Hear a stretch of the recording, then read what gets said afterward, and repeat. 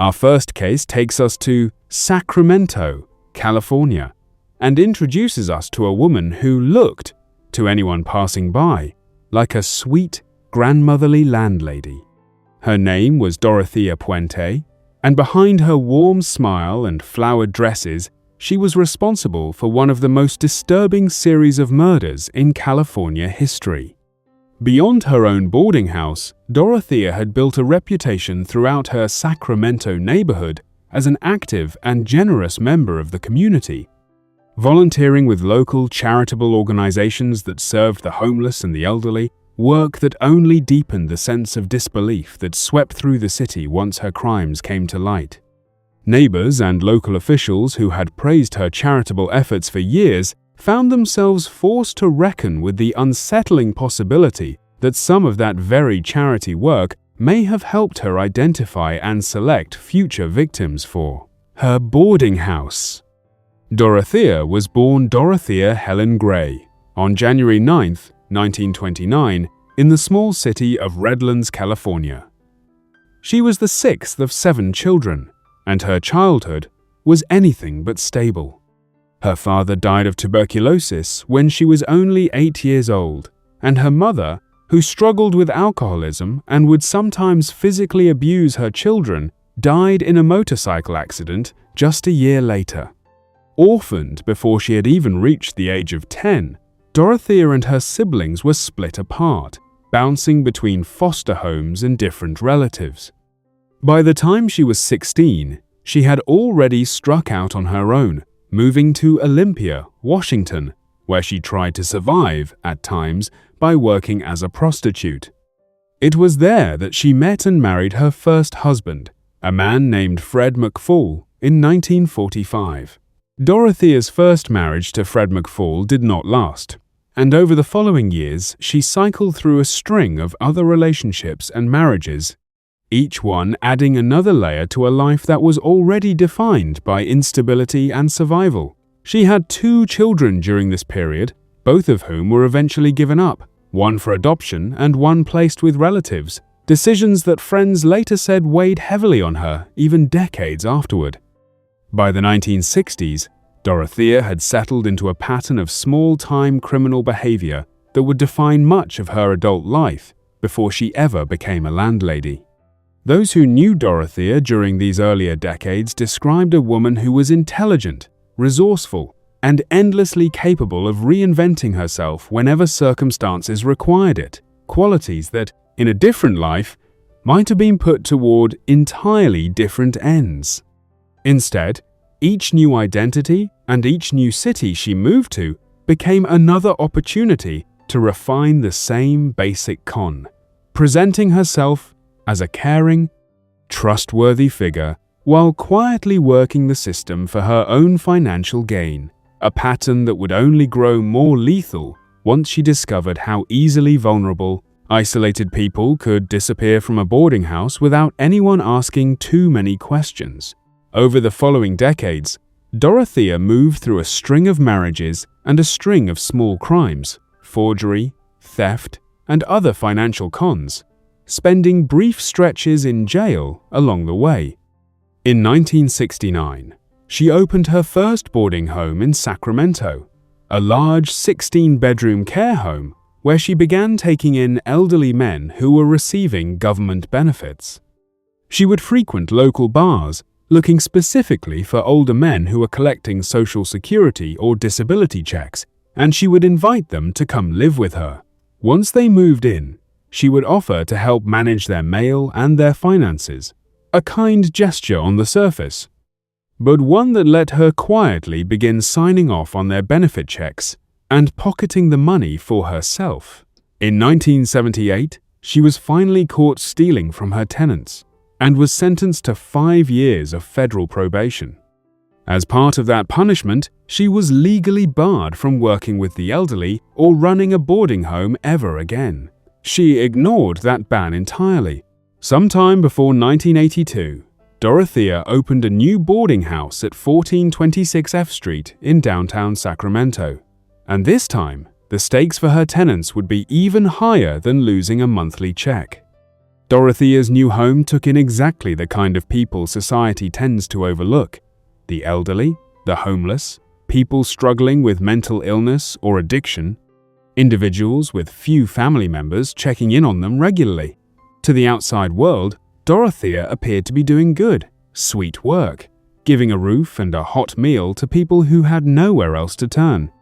In reality, prosecutors would later argue she was carefully selecting victims who would not be missed. Between 1982 and 1988, Dorothea Puente murdered at least 9 of her boarding house tenants. She would drug them, and investigators believe some were also strangled, before burying their bodies in the yard around her home. All the while, she kept collecting their social security and disability checks, month after month, using the stolen money to fund a comfortable lifestyle for herself, complete with new clothes, jewelry, and frequent nights out. For years, nobody noticed. The people disappearing from Dorothea's boarding house were, tragically, exactly the kind of people that police, neighbors, and even distant family members were unlikely to go looking for. When tenants or curious visitors occasionally asked about someone who had lived at the boarding house and was no longer around, Dorothea always had a ready explanation, telling people that the person had moved away, gone to visit family, or simply decided to travel somewhere new. Because so many of her tenants already lived transient, unstable lives before ever arriving at her door, these explanations rarely raised suspicion. She maintained an image throughout the neighborhood of a generous, almost saintly woman who took in the people nobody else wanted to help, an image she used deliberately to keep anyone from looking too closely at what was actually happening inside her home. Among those buried in her yard were Leona Carpenter, an 81-year-old woman, Dorothy Miller, a 65-year-old tenant, and Betty Palmer, 80 years old at the time of her death, along with several men including Benjamin Fink and James Gallup, both in their 50s and 60s. Each of these individuals had come to Dorothea's boarding house looking for nothing more than a safe place to live out their remaining years, trusting a woman who presented herself as their caretaker, only to become another name added to the growing list of victims quietly buried just steps from where they had once slept. Betty Palmer's case proved particularly disturbing to investigators once her remains were recovered, since her body had been found with her head, hands, and feet removed. A level of mutilation that stood apart from Dorothea's other victims, and that prosecutors suggested may have been an attempt to prevent identification, since Betty's hands in particular could have been used to obtain fingerprints. This detail, more than almost any other piece of evidence in the case, undermined the sweet grandmother image Dorothea had cultivated for decades, revealing a level of calculated brutality that shocked even experienced homicide investigators.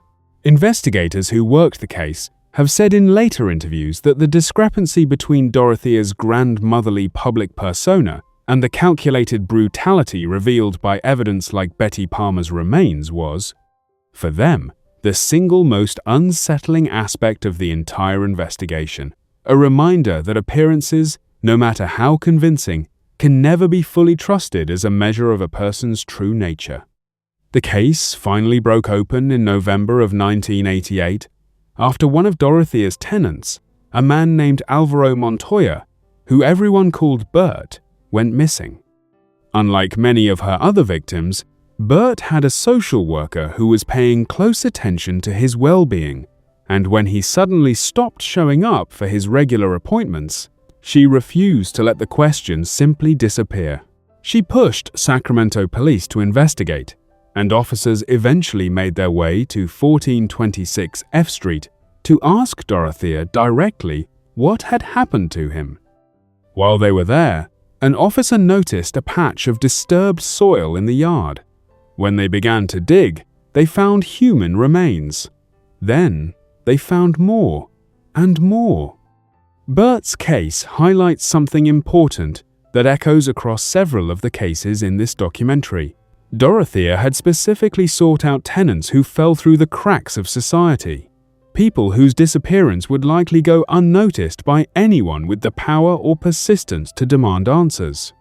It was only because one social worker refused to simply move on that the pattern was ever uncovered at all, a reminder of just how much depends on someone, somewhere, deciding that a vulnerable person's disappearance actually matters.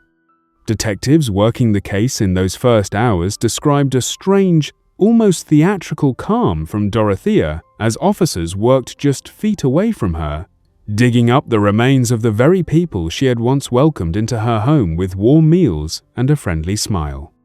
Neighbors who had known Dorothea for years struggled to reconcile the woman they thought they knew, someone who baked cookies, tended a beautiful garden, and always seemed to have a kind word for the people around her, with what investigators were now uncovering just beneath that same garden's surface.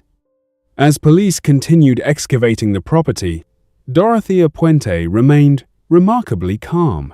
She even asked the detectives on scene if she could step inside for a cup of coffee, and, remarkably, they allowed it. She walked out the front door, and by the time anyone realized what had happened, Dorothea Puente had vanished into the streets of Sacramento. She was a fugitive for several days, having fled to Los Angeles, where she tried to blend into the background, striking up a conversation with a stranger at a bar, and even asking him for money. But her face had already been broadcast across California news channels, and the man she spoke with recognized her. Police arrested her on November 16, 1988, bringing an end to her brief run from the law. In total, 7 bodies were eventually found buried in the yard at 1426 F Street, along with an 8th body connected to her that had been found earlier along a nearby riverbank, packed inside a box. Dorothea was charged with 9 counts of murder in total.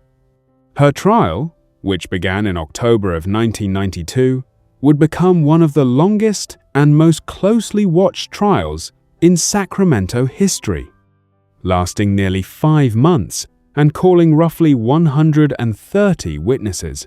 Throughout the proceedings, Dorothea showed up to court dressed in pearls and floral dresses, looking every bit the sweet grandmother the public had once believed her to be.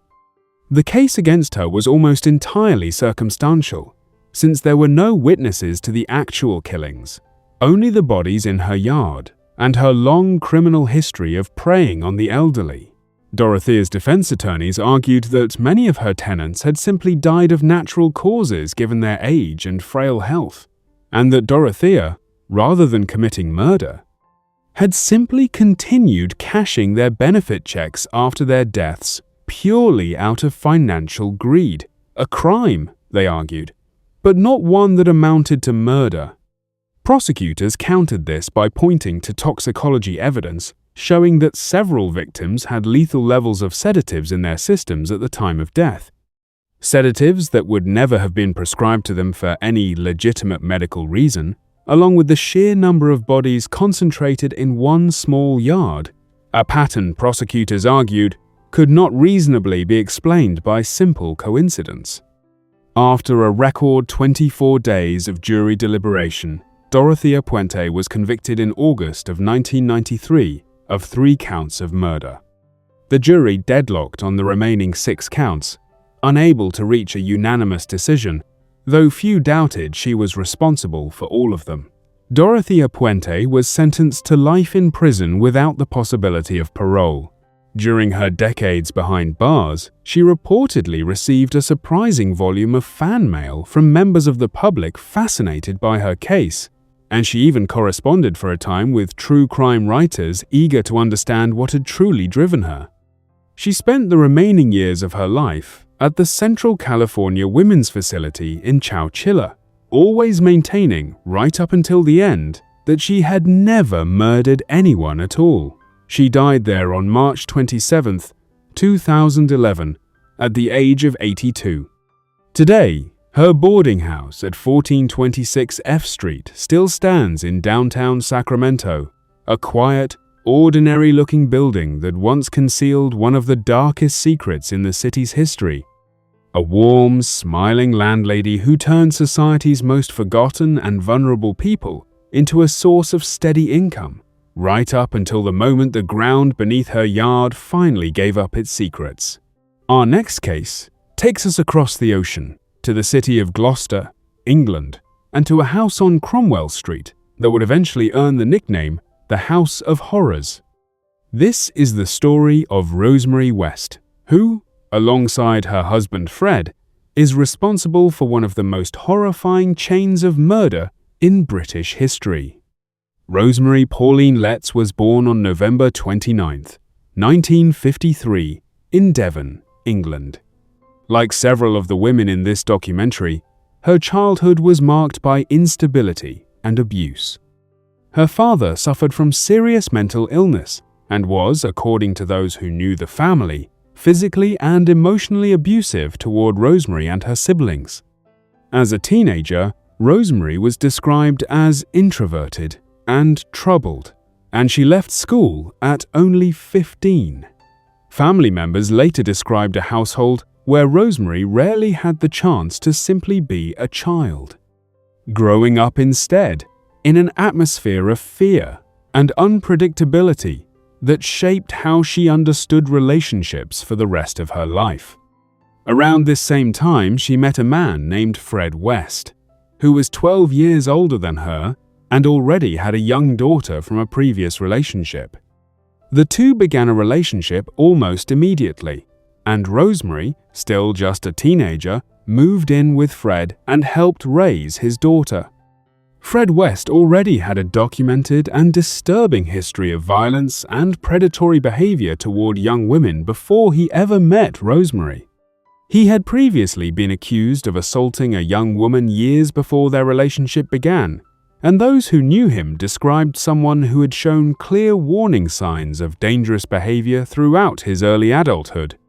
Long before Rosemary ever entered his life, rather than run from this, Rosemary appeared drawn into it, and together, the couple developed what would become a shared, sadistic pattern of behavior. In 1971, while Fred was serving time in prison for a minor theft, Rosemary murdered Fred's 8-year-old stepdaughter, Charmaine, a young girl who had reportedly clashed frequently with Rosemary and who Rosemary resented having to care for. When Fred was released from prison, rather than reporting what Rosemary had done, he helped her bury Charmaine's body beneath the kitchen floor of their home. Charmaine was never even reported missing. Fred and Rosemary married in January of 1972, and the following year, the couple moved into a house at 25 Cromwell Street in Gloucester, a home that would go on to become one of the most infamous crime scenes in all of British history.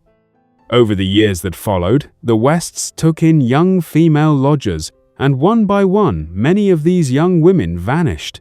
Investigators would later determine that Fred and Rosemary together assaulted, tortured, and murdered these young women, often binding, gagging, and mutilating them before burying their dismembered remains beneath the cellar floor or in the garden of their home. Their victims included teenage girls as young as 15 and 16 years old, among them Linda Goff, a 19-year-old seamstress who had grown friendly with lodgers at Cromwell Street, Carol Ann Cooper, only 15 years old when she vanished, and Lucy Partington, a 21-year-old university student who had simply been waiting for a bus when she disappeared. Each of these young women came from ordinary families, with parents who reported them missing and spent years desperately searching, never imagining that the answer to what happened to their daughters lay buried just beneath the floor of an ordinary-looking house on an ordinary street.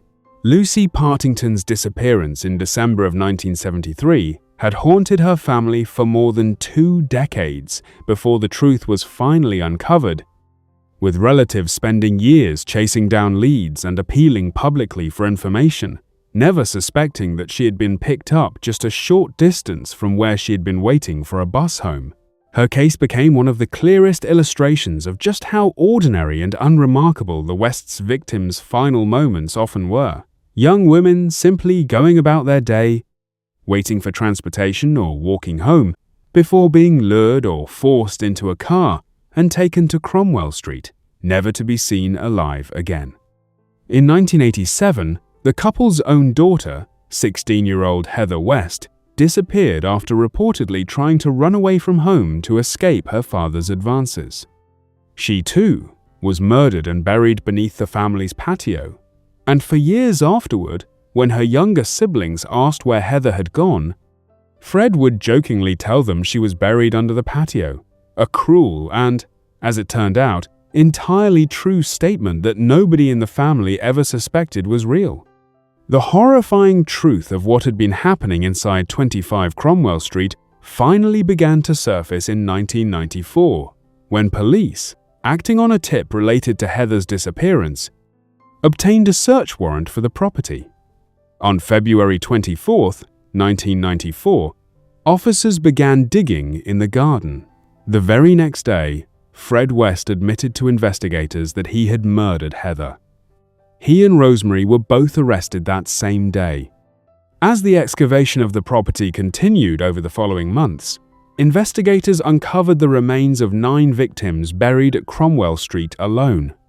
The search then expanded to other locations connected to the couple, including a field near Fred's birthplace in the village of Kempley, where the remains of Fred's first wife, Catherine Costello, were eventually found, and to a previous home on Midland Road, where Charmaine's remains, still hidden beneath the kitchen, were finally recovered as well. The scale of the excavation at Cromwell Street shocked even veteran investigators. Forensic teams worked for weeks, carefully removing the house's cellar floor and digging through the garden inch by inch, using specialized techniques to identify and recover skeletal remains that had, in some cases, been buried and undisturbed for more than 2 decades. Local residents watched in horror as television crews and police vehicles filled their quiet residential street day after day, and the sheer number of remains recovered from a single, ordinary-looking home turned Cromwell Street into a name that would forever be associated with one of the darkest chapters in British criminal history. Fred West never stood trial. On January 1st, 1995, while being held on remand at Birmingham Prison, awaiting his court date, he took his own life. This left Rosemary to face justice alone. Her trial began in October of 1995 at Winchester Crown Court, and it quickly became one of the most closely watched and disturbing criminal trials in modern British history. Rosemary maintained her innocence throughout, insisting she had known nothing about the murders happening inside her own home, but prosecutors presented overwhelming evidence connecting her directly to the crimes, including testimony from a former lodger who described the disturbing and abusive environment Rosemary herself had created within the house. On November 22, 1995, Rosemary West was found guilty of 10 counts of murder. The judge sentenced her to life imprisonment, later formalized as a whole life order, meaning she would never be considered for release under any circumstances. Rosemary West remains in prison in England to this day, one of only a small handful of women in the country's history to receive a whole life sentence. Over the decades since her conviction, she has reportedly settled into a quiet, routine existence behind bars, spending time on hobbies such as painting and knitting, a stark contrast to the horror of her crimes that has itself become a subject of ongoing public fascination and unease. The house at 25 Cromwell Street was eventually demolished by authorities, its bricks ground down and disposed of, out of fear that the location might otherwise become a disturbing tourist attraction. A public walkway now sits where the House of Horrors once stood. Despite the demolition, the site has continued. Our next case takes us back to the United States and tells the story of a woman whose warm smile and constant giggle earned her a nickname that seemed to belong to a beloved grandmother, rather than one of the most prolific poisoners in American history. Her name was Nanny Doss, and over the course of nearly 30 years, she quietly murdered 11 members of her own family. Nanny was born Nanny Lee Hauser on November 4, 1905, in a small community called Blue Mountain, Alabama. Her childhood was strict and often abusive. Her father ran the household with harsh discipline, and Nanny later described growing up under constant fear and control.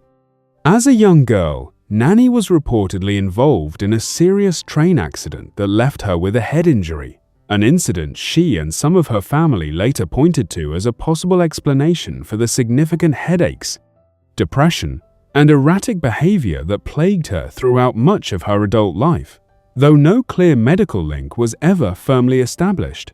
At just 16 years old, she married her first husband, a man named Charlie Braggs, largely at her father's encouragement. The couple moved in with Braggs's mother, whose temperament, according to those who knew the family, matched Nanny's own father's harshness. Nanny and Charlie had 4 daughters together in quick succession, but the marriage steadily fell apart.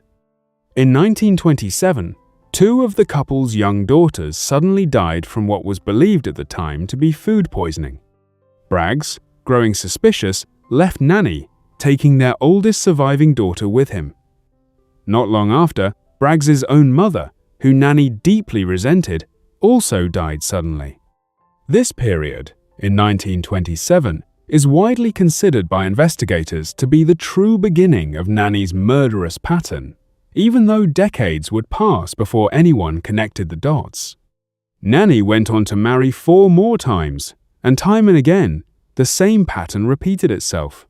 She would meet a new husband, often through the personal advertisements found in the romance magazines she loved to read, magazines that she said gave her a vision of what she called the real romance in life.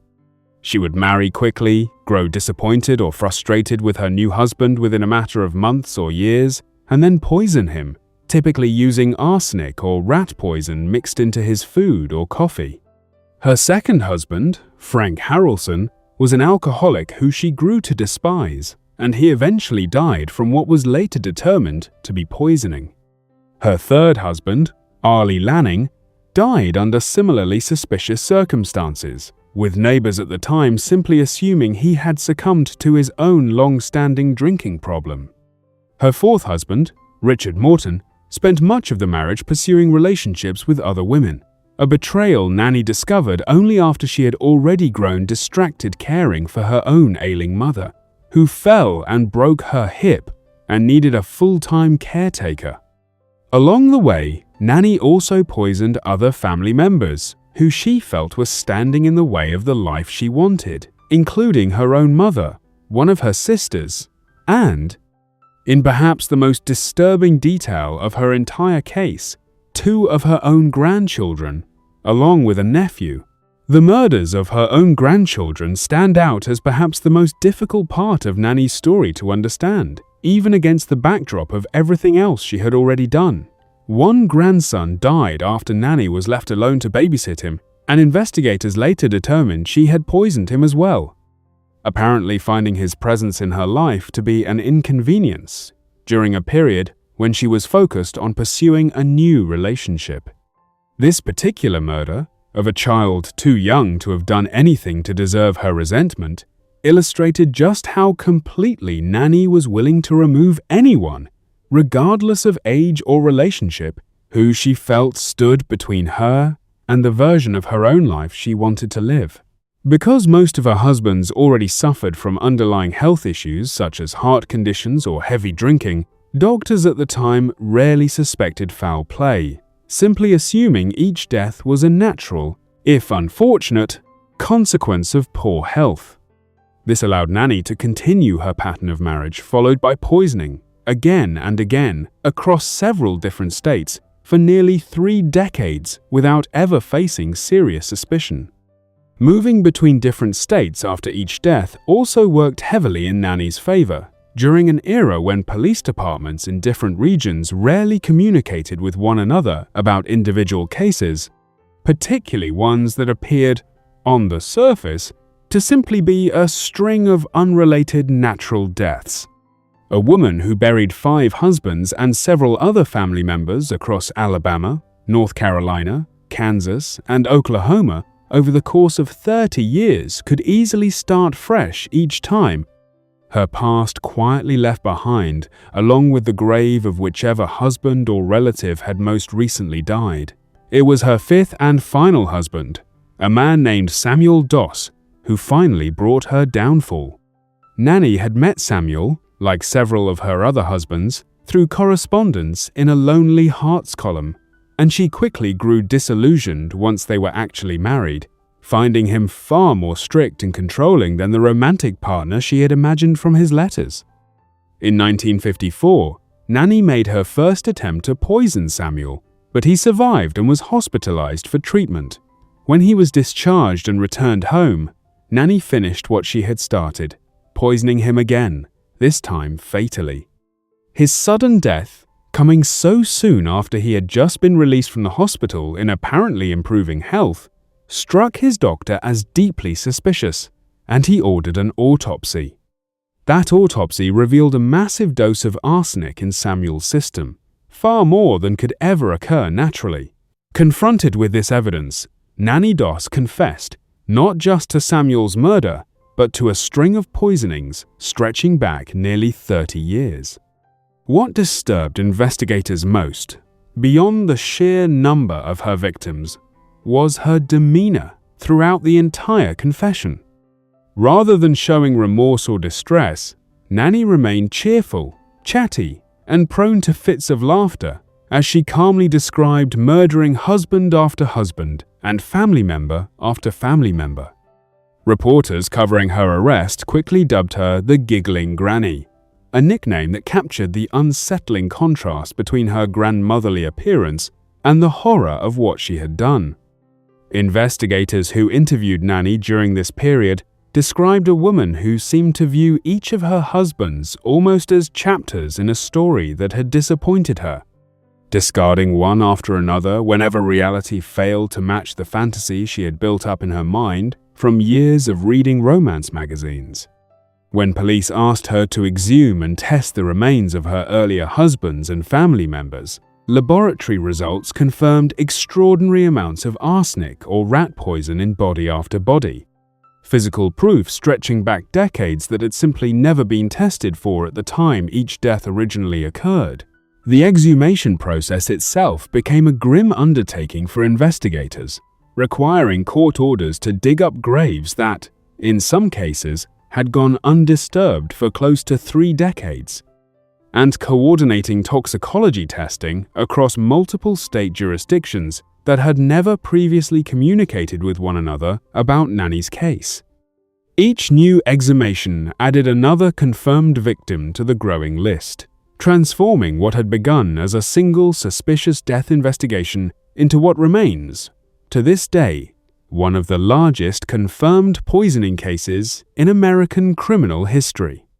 Oklahoma prosecutors built their case around the poisoning of Samuel Doss, since it was the most recent and best documented of her many murders. In 1955, Nanny pleaded guilty and was sentenced to life imprisonment. Despite confessing to murdering 11 people across multiple decades, she was spared the death penalty, largely because of the era's general reluctance to execute a woman. Nanny's case became something of a media sensation across the country, with newspapers running photograph after photograph of her smiling, even laughing, as reporters pressed her with questions about her many victims. She reportedly enjoyed the sudden fame her arrest brought her, granting interviews from behind bars and appearing entirely unbothered by the horror her case had provoked in the public. This strange, almost celebratory relationship with the press only deepened the unsettling nature of her story. A woman who had spent 30 years quietly ending the lives of the people closest to her, now seemingly delighted by the attention her crimes finally brought her. Nanny Doss died in prison in 1965 of leukemia, having spent her final decade behind bars, still giggling, by most accounts, whenever the subject of her crimes came up. To this day, she remains one of the most prolific poisoners in American criminal history. A woman who used the trust placed in a wife, a mother, and a grandmother to quietly end 11 lives, one carefully measured dose at a time. Our next case takes us to San Antonio, Texas, and introduces one of the most disturbing figures on this entire list, because her victims were among the smallest and most helpless in our society. young children in her medical care who trusted her, or whose parents trusted her, to keep them alive. Janine Jones was drawn to nursing from a young age, and colleagues who trained alongside her in the mid-1970s described her as intensely eager to be seen as skilled and indispensable, someone who seemed to want desperately to be viewed as a hero in moments of crisis.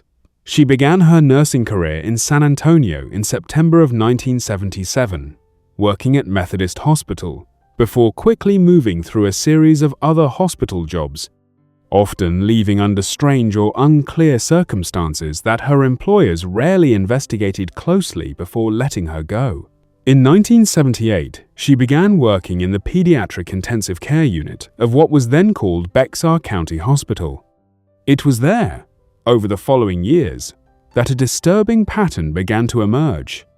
Young patients under Janine's care, children who had been admitted for relatively routine or manageable conditions, would suddenly and unexpectedly suffer severe medical crises, seizures, cardiac arrests, and other unexplained emergencies, often while Janine happened to be the nurse on duty.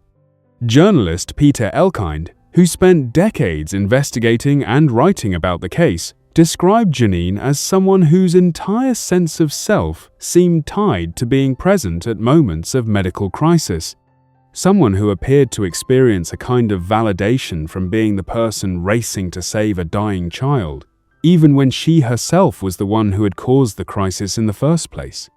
This pattern, creating an emergency in order to then heroically respond to it, echoes strikingly with the psychological profile behind Beverly Allitt's crimes in England years later, a chilling parallel between two nurses working on opposite sides of the world who each turned the very patients, trusting them into a stage for their own need to be seen as indispensable. An investigator later reviewing the case found that during a roughly 15-month period, while Janine worked the evening shift in the pediatric intensive care unit, the number of unexpected child deaths and emergencies in that unit rose dramatically compared to any other period on record. Colleagues at the hospital began to quietly refer to this stretch as an epidemic, unable to explain why so many young patients kept crashing suddenly and unexpectedly, always, it seemed, when Janine was nearby. Some nurses who worked alongside Janine during this period later admitted they had grown so uneasy that they tried to avoid being scheduled on the same shifts as her, a quiet, informal form of self-protection that never rose to the level of a formal complaint. Hospital administrators, wary of the reputational damage a public scandal might cause, were reportedly more focused on quietly managing the situation than thoroughly investigating it. A decision that would allow Janine to simply move on to a new workplace rather than face any real scrutiny. Despite mounting suspicion among some hospital staff, no formal action was taken against her at the time, and in 1982, she left Bexar County Hospital and secured a new nursing position at a small pediatric clinic roughly 60 miles northwest of San Antonio in the town of Kerrville, thanks in part to glowing professional references from her former employer, references that never mentioned the disturbing pattern investigators would later uncover. Tragically, the same pattern of mysterious medical emergencies followed Janine to her new job almost immediately. Multiple young children who came to the Kerrville clinic for what should have been simple, routine care began falling suddenly and severely ill after receiving injections from her. The case that finally brought Janine's actions into the light involved a 15-month-old girl named Chelsea McClellan, who had come to the clinic for a routine immunization appointment. Instead of administering the vaccine her mother expected, Janine injected Chelsea 3 separate times with a powerful muscle relaxant called succinylcholine, a drug that causes the body's muscles, including the muscles needed to breathe, to stop working entirely. Chelsea's mother, holding her daughter at the time, watched helplessly as Chelsea struggled to breathe and tried desperately to say her mother's name. Unable to get the words out, Chelsea did not survive. Chelsea's mother, Petty McClellan, went on to become one of the most persistent and outspoken advocates in the entire history of this case, pushing for decades to ensure Janine never walked free, and later expressing outrage and disbelief when she learned in 2013 that an outdated Texas law might allow the woman who murdered her daughter to be released after serving only a fraction of her sentence. Petty's decades-long advocacy work, giving interviews, working with prosecutors, and refusing to let her daughter's case fade from public attention, became a critical part of the pressure campaign that eventually led prosecutors to file the additional charges that would keep Janine behind bars for the rest of her life. Chelsea's death finally launched the criminal investigation that had been so badly needed for years. As detectives dug deeper into Janine's history, disturbing statistics emerged. Prosecutors eventually estimated that between her time at Bexar County Hospital and her time at the Kerrville Clinic, Janine Jones may have caused the deaths of somewhere between 11 and possibly as many as 60 children, though establishing a precise number proved extraordinarily difficult given how many of the earlier deaths had never been investigated as anything other than natural or unexplained medical tragedies at the time they occurred.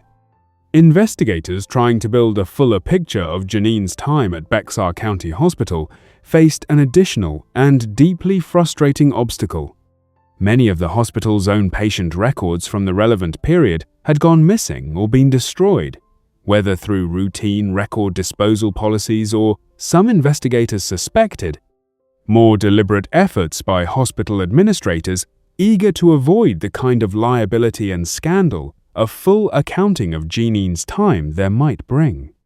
This loss of records meant that dozens of suspicious deaths from her years at Bexar County Hospital could never be fully investigated or connected to her with the same certainty prosecutors achieved with the Kerrville cases, leaving the true scope of her crimes permanently uncertain. The Centers for Disease Control was eventually brought in to help analyze the statistical pattern of deaths during Janine's time at Bexar County Hospital, and their epidemiologists concluded that the death rate during what came to be called the epidemic period was statistically extraordinary, far beyond what could reasonably be explained by chance or by the normal risks associated with treating critically ill children. This kind of statistical analysis, comparing death rates during a suspected offender's shifts against death rates when they were not present, would go on to become a standard investigative tool used in nearly every other healthcare serial murder case that followed, including several of the other nursing cases discussed throughout this documentary. This same statistical method, sometimes referred to by epidemiologists as cluster analysis, has since become one of the most important tools hospitals and regulators use to catch healthcare workers who harm patients under their care. Rather than waiting for a single dramatic incident or a lucky break to expose a pattern, modern hospital systems increasingly track death and complication rates by shift, by unit, and by individual staff member, specifically so that a cluster of unexplained deaths clustering around one particular nurse or doctor can be flagged and investigated far sooner than it ever was in Janine Jones's case. It remains one of the few genuinely constructive legacies to emerge from a case defined almost entirely by tragedy and institutional failure, a small measure of protection for future patients, built directly from the pain of the children.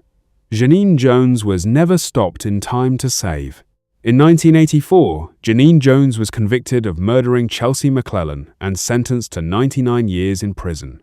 She was also convicted separately of injecting another young patient, 4-week-old Roland Santos, with a potentially fatal dose of an anticoagulant drug, a crime for which she received an additional 60-year sentence to be served alongside her first.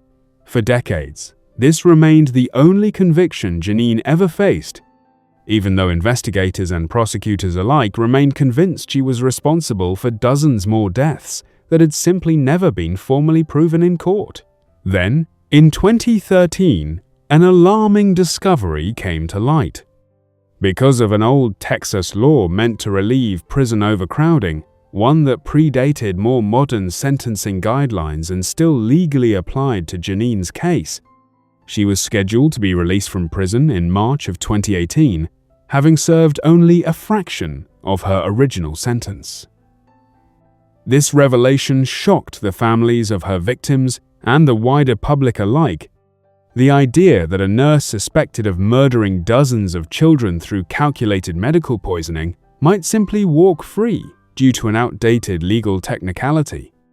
In response, prosecutors in Bexar County worked urgently in the years leading up to her scheduled release to build entirely new criminal cases against her, digging back through decades-old hospital and autopsy records to formally charge her with additional murders that had never before been prosecuted.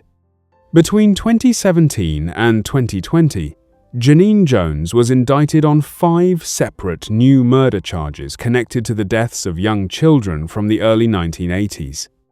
In January of 2020, she pleaded guilty to the 1981 death of an 11-month-old boy named Joshua Sawyer and was sentenced to an additional life term in prison.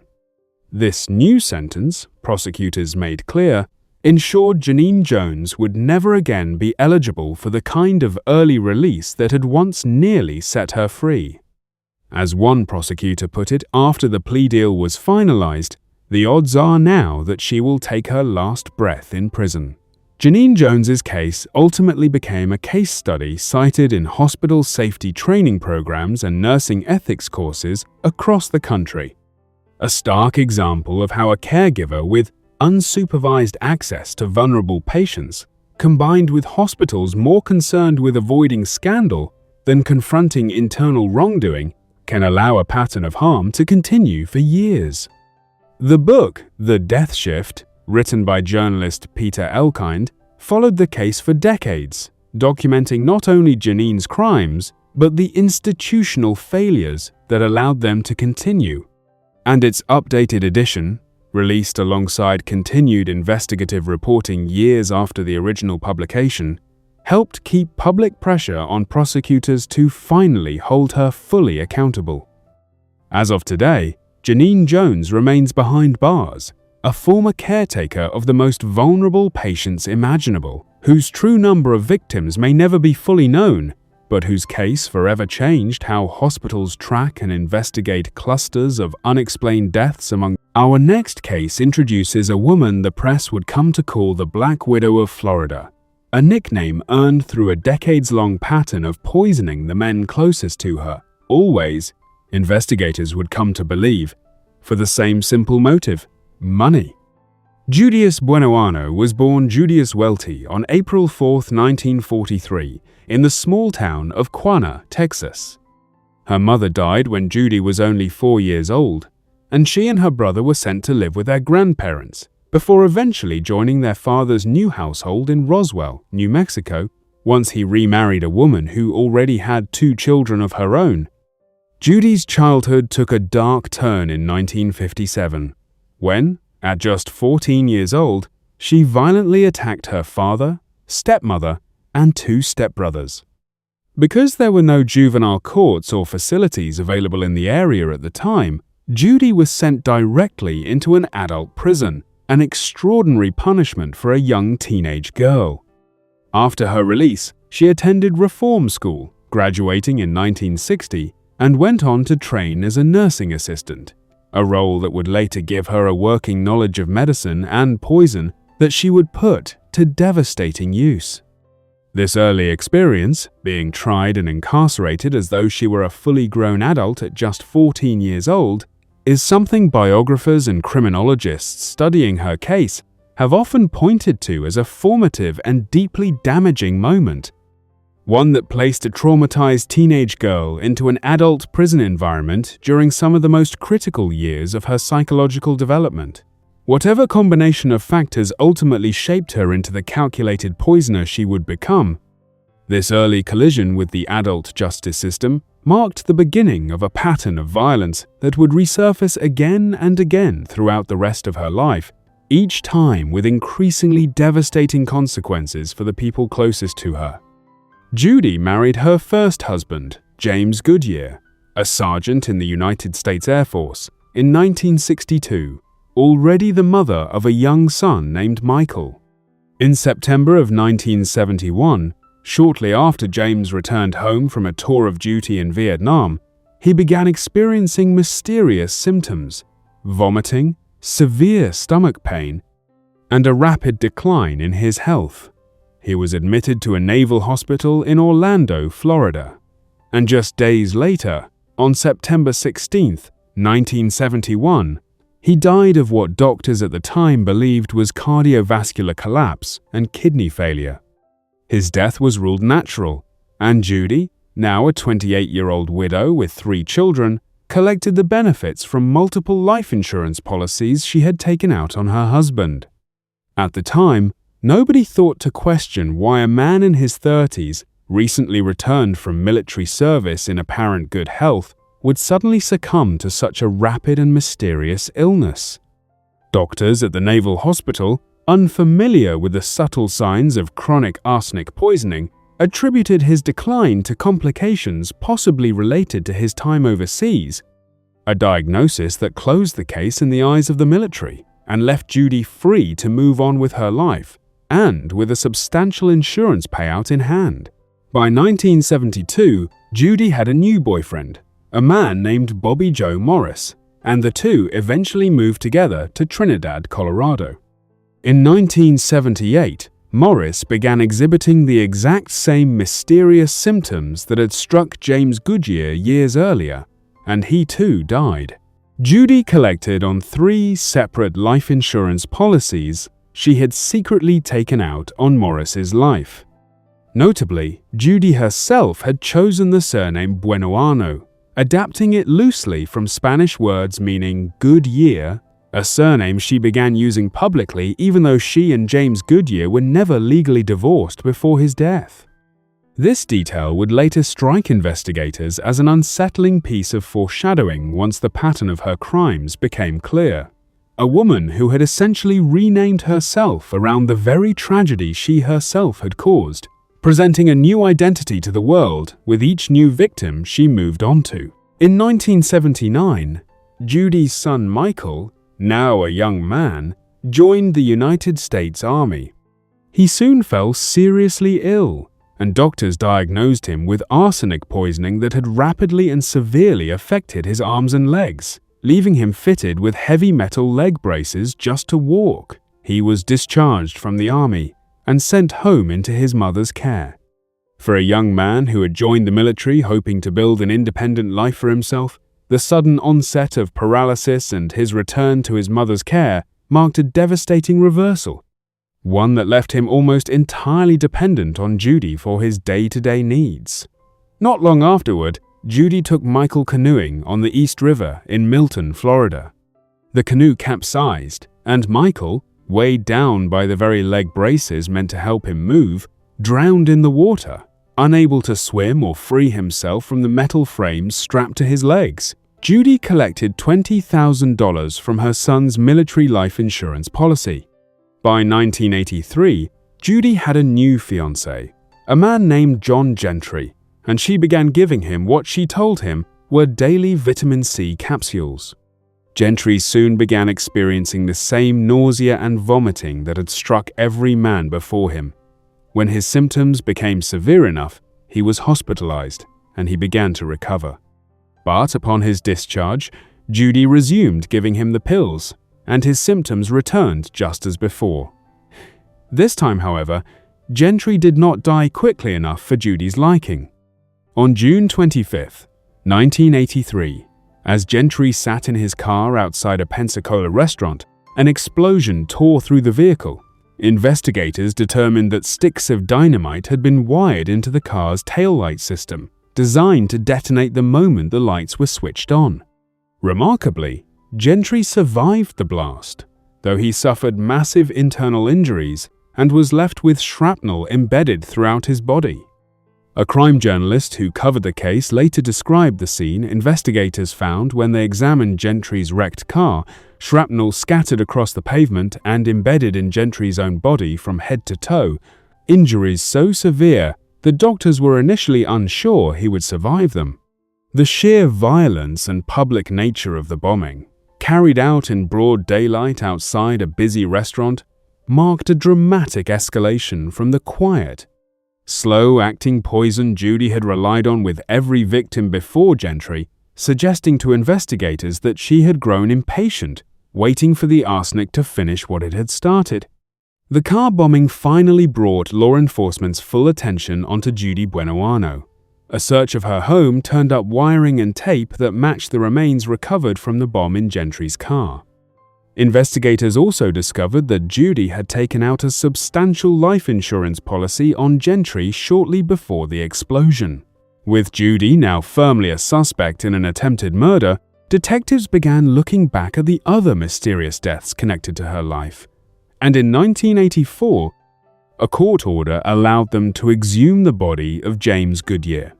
Toxicology tests revealed lethal amounts of arsenic in his system. Enough, according to one expert, to fatally poison 13 people. His death certificate was amended from natural causes to homicide. The same testing would later confirm that Bobby, Joe, Morris, and Michael had also died from arsenic poisoning. Judy Buenoano was charged and tried separately for each of her crimes. In 1984, she was convicted of murdering her son Michael and sentenced to life in prison. She was also convicted of the attempted murder of John Gentry and sentenced to 12 years for the car bombing. Then, in 1985, she was convicted of first-degree murder in the death of her husband, James Goodyear, and sentenced to death, becoming the first woman sentenced to Florida's electric chair since the state resumed executions decades earlier.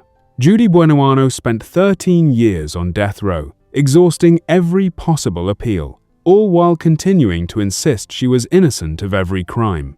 Her legal team made repeated last-minute attempts to delay her execution, arguing at various points that new evidence should be considered or that procedural errors had tainted her original trial, but Florida's Supreme Court rejected each of these appeals in turn. On March 30th, 1998, she was executed in Florida's electric chair, becoming the first woman executed in the state since 1848. Her execution drew a small crowd of protesters outside the prison, some opposed to capital punishment in general, and others who had followed her case for years and wanted to bear witness to what they saw as a long overdue reckoning. Our next case takes us to St. Catharines, Ontario, in Canada, and tells one of the most disturbing and controversial stories in this entire documentary, because the woman at its center would eventually walk free after serving a shockingly short sentence for crimes that horrified an entire country. This case, more than any other in this documentary, raises a question that legal experts and the public alike have argued over for more than 30 years. What happens when the justice system makes a deal with someone before it fully understands what that person has actually done? Karla Homolka was born on May 4, 1970, in Mississauga, Ontario. By all outward appearances, she had an unremarkable, even pleasant childhood, described by those who knew her as pretty, popular, and well-liked. She had a deep love of animals and worked at a veterinary office as a teenager. In September of 1987, when Karla was only 17 years old, she attended a pet industry convention where she met a 23-year-old man named Paul Bernardo. The two connected immediately, discovering they shared an interest in controlling and violent dynamics, with Karla acting in a submissive role to Bernardo from very early in their relationship. At Bernardo's request, Karla eventually agreed to let him assault other women, and unknown to nearly everyone around them, Paul Bernardo became a serial predator responsible for a string of assaults across the Scarborough area of Toronto, a case that would later become known in the press as the Scarborough Attacker investigation. Unlike many of the other women profiled in this documentary, Karla did not come from a background of documented childhood abuse or visible instability, a detail that has long complicated efforts by psychologists and criminologists to explain how she became so deeply and willingly involved in Bernardo's crimes. Some experts who have studied the case point to the specific dynamic of her relationship with Bernardo describing a pattern of escalating psychological control that gradually drew Carla deeper into behavior she may never have engaged in on her own, while others argue that her willing participation and the apparent enjoyment visible in the recovered videotapes points to something more deeply rooted in her own personality rather than purely external manipulation. This unresolved debate remains one of the central and most unsettling aspects of her case, even decades later. Criminal profilers who have studied the Homolka case at length note that her situation defies the simpler explanations that fit many other cases in this documentary, offering neither the clear pattern of childhood trauma seen in Aileen Wuornos' story, nor the obvious financial motive driving women like Judy Buenoano and Nanny Doss. Instead, her case sits in a more uncomfortable middle ground, a seemingly ordinary young woman who, once drawn into a relationship built around control and violence, appeared to embrace rather than resist the darkest parts of it, a conclusion that continues to trouble anyone who studies her case looking for a tidy explanation. As Bernardo and Carla's relationship deepened, Bernardo grew increasingly fixated on Carla's youngest sister Tammy, who was still just a teenager living at their family home. Rather than protecting her sister from this disturbing attention, investigators would later determine that Carla instead helped orchestrate a plan to satisfy Bernardo's obsession. On December 24, 1990, while Carla's parents and other sister slept elsewhere in the house, Carla and Bernardo drugged 15-year-old Tammy using a combination of a sedative and an anesthetic drug that Carla had illegally obtained from the veterinary hospital where she worked. While Tammy was unconscious, the couple assaulted her. In the early hours of the following morning, Tammy, still unconscious, began to vomit and stopped breathing. Carla and Bernardo hurriedly dressed her, cleaned the crime scene, hid the recording they had made of the assault, and only then called for emergency help. Tammy was pronounced dead at the hospital. Her death was ruled an accident at the time, believed to have resulted from choking, and Carla's role in what had truly happened remained hidden for years. Carla and Bernardo married in June of 1991, less than 6 months after Tammy's death, going ahead with a lavish wedding celebration, complete with a horse-drawn carriage, as though nothing had happened, with several of Carla's own family members serving as bridesmaids, entirely unaware of the truth behind Tammy's death just months earlier. But their crimes were far from over. Over the following 2 years, the couple together kidnapped, assaulted, and murdered 2 teenage girls, 14-year-old Leslie Mahaffey in June of 1991 and 15-year-old Kristen French in April of 1992. Both girls were held captive in the couple's home for extended periods before being murdered, and their remains were later found dumped in different locations. Leslie's body encased in concrete blocks and dropped into a lake, and Kristen's body left near a roadside months after her abduction, her disappearance having sparked a massive, anguished search throughout the Niagara region that captured national headlines for weeks. As police investigated these murders, along with the ongoing Scarborough attacker case, evidence increasingly pointed toward Paul Bernardo. In 1993, facing mounting pressure and fearing what her husband might reveal about her own role in the crimes, Carla approached authorities and told them that Bernardo had been physically abusive toward her throughout their marriage, and that she had been an unwilling, frightened accomplice, coerced into participating in the murders out of fear for her own safety. Based largely on this account, and before the full extent of her actual involvement was known, prosecutors negotiated a plea deal with Carla, an agreement that would become one of the most controversial in Canadian legal history. In exchange for her guilty plea to 2 counts of manslaughter and her testimony against Bernardo, Carla received a sentence of just 12 years in prison. The trial and subsequent public revelations surrounding Carla's plea deal triggered such intense media coverage across Canada that a rare publication ban was imposed by the court.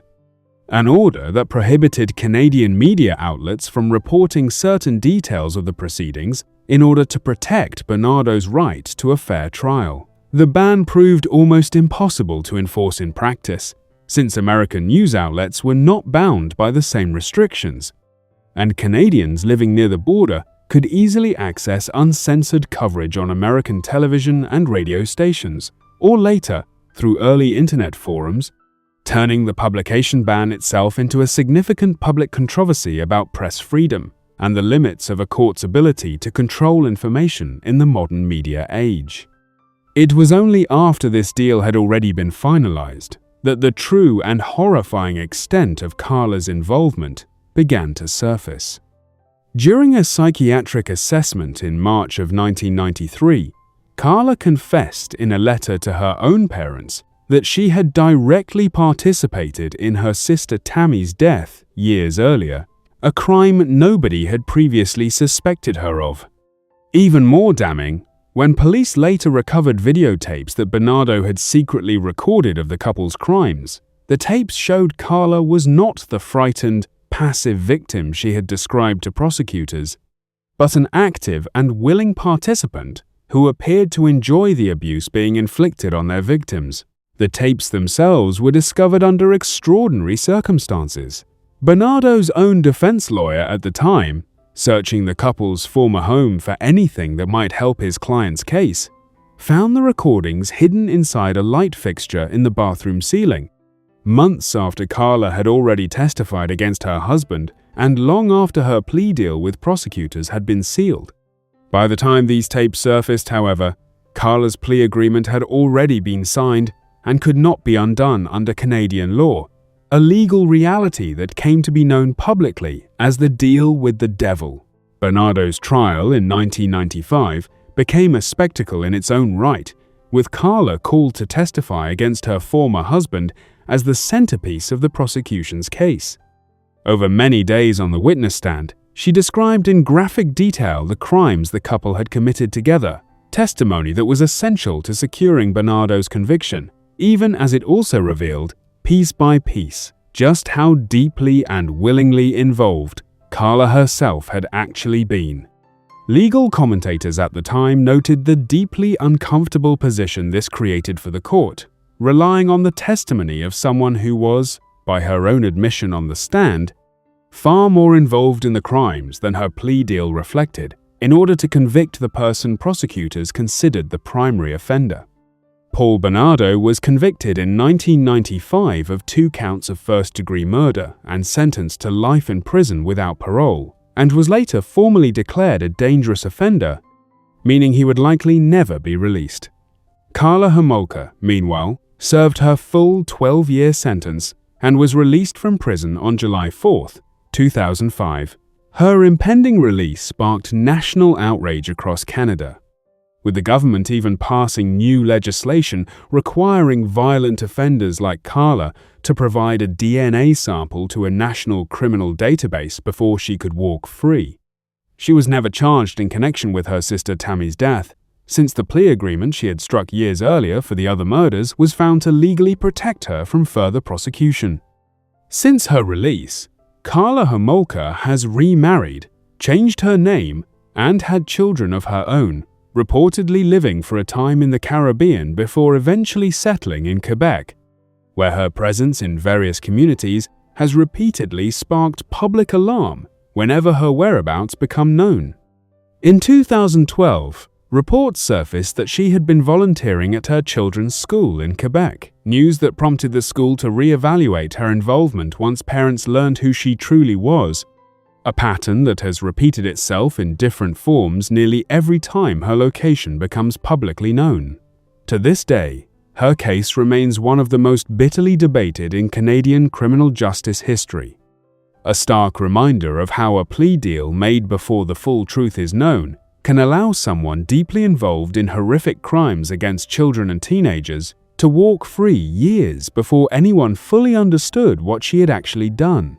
Our next case returns us to England, to the market town of Grantham in Lincolnshire, and to a hospital children's ward where, over a span of just 59 days in the spring of 1991, A trusted nurse quietly became responsible for one of the most shocking series of murders ever carried out inside a British hospital.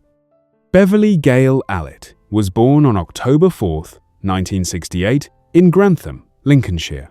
She left school at 16 and enrolled in a nursing course at Grantham College.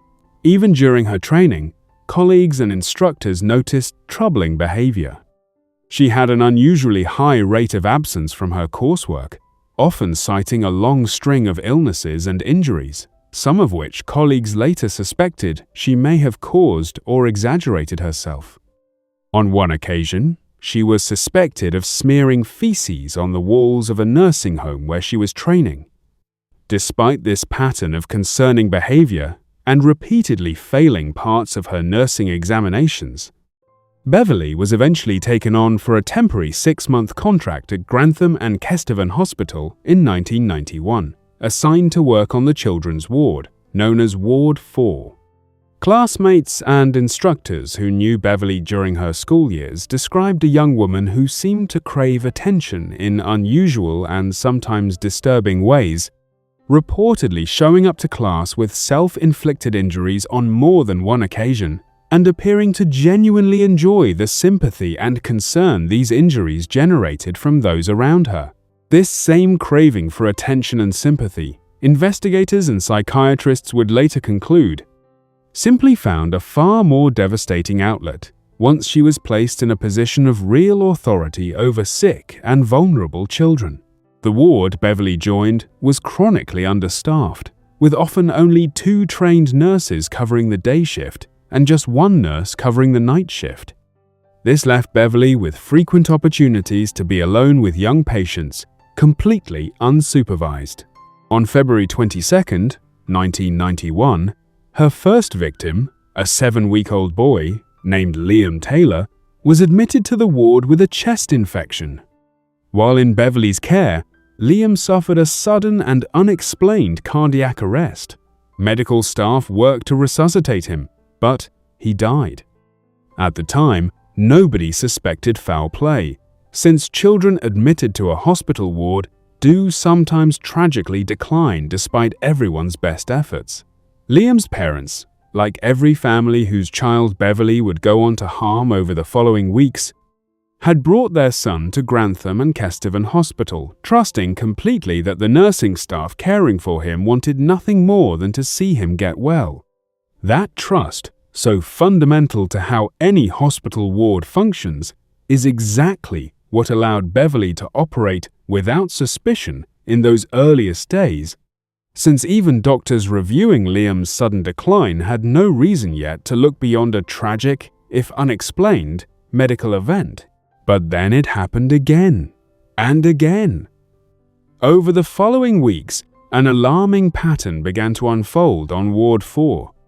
On March 5th, an 11-year-old boy named Timothy Hardwick suffered a fatal cardiac arrest while under Beverly's care. On April 1st, a 2-month-old girl named Becky Phillips died suddenly as well. And on April 22nd, a 15-month-old girl named Claire Peck also died under nearly identical, unexplained circumstances. In addition to these 4 fatalities, several other children on the ward experienced sudden, unexplained medical emergencies while surviving, including cardiac arrests, seizures, and other crises that left them permanently injured. In total, over that 59-day period, Beverly Allett would attack 13 children, 4 of whom did not survive. Among the surviving victims, several were left with lasting physical damage.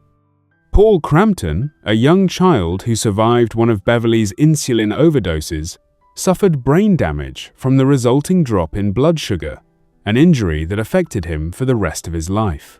Other children who survived cardiac arrests triggered by Beverly's actions were left with heart and lung complications that required ongoing medical care for years afterward, a lasting legacy of harm that extended far beyond the 4 children who did not survive her time on Ward 4. What finally raised suspicion among the hospital's own medical staff was simply the sheer number of unexplained cardiac emergencies occurring on a single children's ward in such a short window of time. Junior doctors working alongside Beverly began quietly pushing hospital management and nursing leadership to take the pattern seriously, even as some in the hospital's administration were reluctant to consider the disturbing possibility that one of their own trusted nurses might be responsible. It was the death of Becky Phillips, and the subsequent survival of her twin sister Katie, who suffered a strikingly similar unexplained collapse just days later, while also under Beverly's care, that finally pushed police to become formally involved. On April 30th, 1991, officers were called in, and Detective Superintendent Stuart Clifton began reviewing the hospital's staffing records. By comparing the ward's duty rosters against the exact timing of every cardiac arrest and medical emergency, Clifton found that one name appeared connected to every single incident: Beverly Allett. She was suspended from her position on Ward 4. Astonishingly, even after being suspended from Grantham Hospital, Beverly was able to secure other nursing-related jobs both inside and outside Britain's National Health Service before she was finally taken into custody in November of 1991, more than 9 months after her first young victim had died. It would take nearly 2 more years until 1993 before her case finally came to trial at Nottingham Crown Court, a lengthy delay caused in part by Beverly's own declining physical and mental health while awaiting trial, including a period where she reportedly stopped eating and required medical intervention herself, forcing prosecutors to carefully manage the timeline of proceedings around her fluctuating fitness to stand trial. Investigators determined that Beverly had murdered her young patients using a range of disturbing methods, including injecting them with insulin to cause dangerously low blood sugar, and injecting air directly into their bloodstreams to trigger fatal or near-fatal medical crises. In May of 1993, Beverly Allett was convicted on all counts: 4 counts of murder, 9 counts of attempted murder or grievous bodily harm, and sentenced to 13 concurrent life sentences, one of the harshest sentences ever handed to a woman in British legal history. During her trial, psychiatric experts determined that Beverly's actions were driven by a rare psychological condition known as factitious disorder imposed on another, sometimes referred to by the older term Munchausen syndrome by proxy, in which a caregiver deliberately harms someone in their care in order to create medical emergencies, positioning themselves as the person who can heroically respond and receive attention, sympathy, and praise. Doctors and psychiatrists who studied Beverly's case in depth pointed to her own documented history of exaggerating or fabricating her own illnesses throughout her nursing training as an early warning sign of this same underlying condition. One that, tragically, nobody had recognized as dangerous until it had already cost 4 children their lives. Her case would go on to become one of the most widely studied examples of this disorder in medical literature, cited for decades afterward in psychiatric textbooks and hospital safety training as a warning about the kind of harm a caregiver desperate for attention and validation can inflict when given unsupervised access to patients who cannot protect themselves. Because of this psychiatric diagnosis, Beverly was sent not to a standard prison, but to Rampton Secure Hospital, a facility for offenders whose crimes are connected to severe mental illness. She remains there to this day, having periodically sought a transfer to a mainstream prison over the years, a request that would, if ever granted, bring her one step closer to eventually being considered for parole.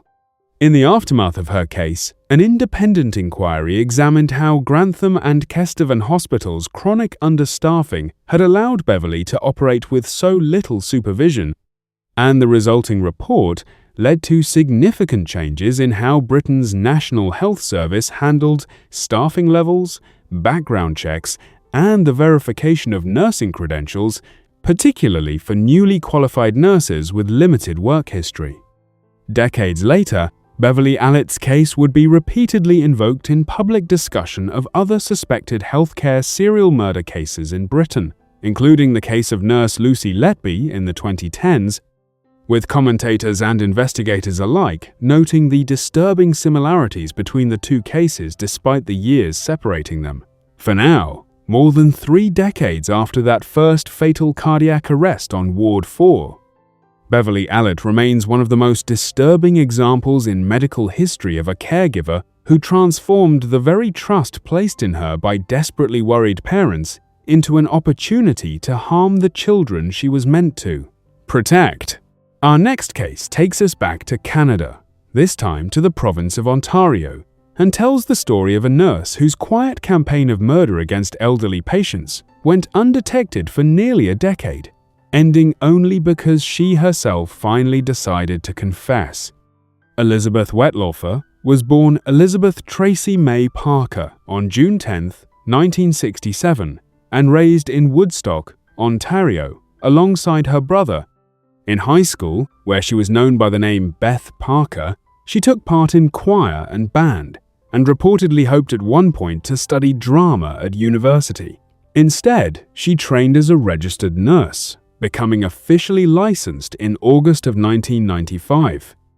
Elizabeth's own personal life throughout her adult years was marked by significant struggles, including a documented history of substance abuse and mental health difficulties that she later described to investigators as closely tied to the murders themselves.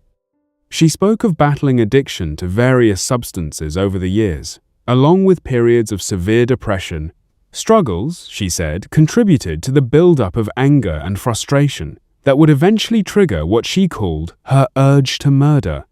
Despite these documented struggles, none of the facilities that employed her over the years conducted the kind of thorough psychological screening that might have flagged her as a significant risk before she was ever given access to vulnerable patients and their medication.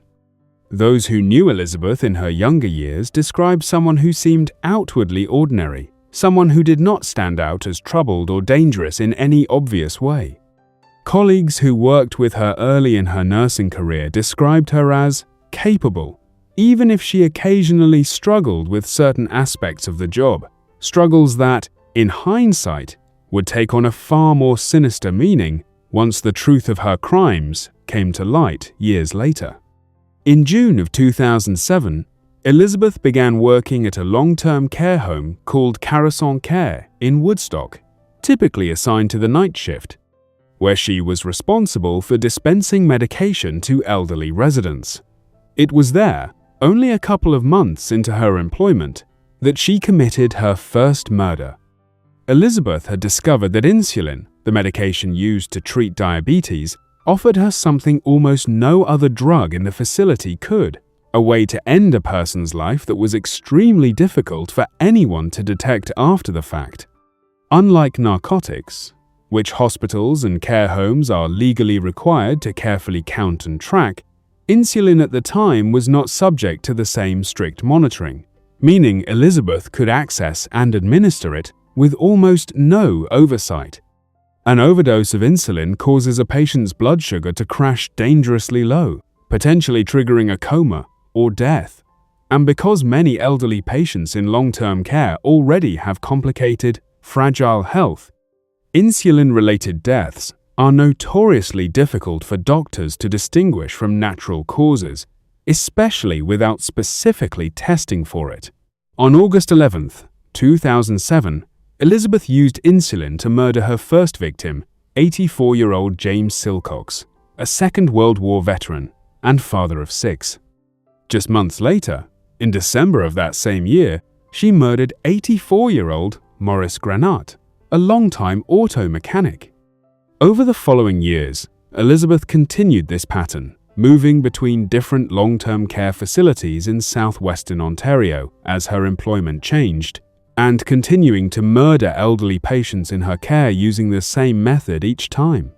Her victims included Gladys Millard, Helen Matheson, Mary Zurawinski, Helen Young, Maureen Pickering, and Arpad Horvath, ranging in age from their 70s all the way into their 90s. In addition to these 8 murders, Elizabeth also attempted to murder several other patients using the same method and committed aggravated assault against still others, injecting them with insulin without any medical reason, though these particular victims survived. Each time Elizabeth left one facility, whether through her own choice or after being disciplined or dismissed, she was able to secure a new position at another long-term care home with little difficulty. Since the healthcare sector in the region faced a persistent shortage of registered nurses willing to work in long-term care, and hiring managers were often eager to fill open positions quickly rather than dig deeply into a candidate's full employment history.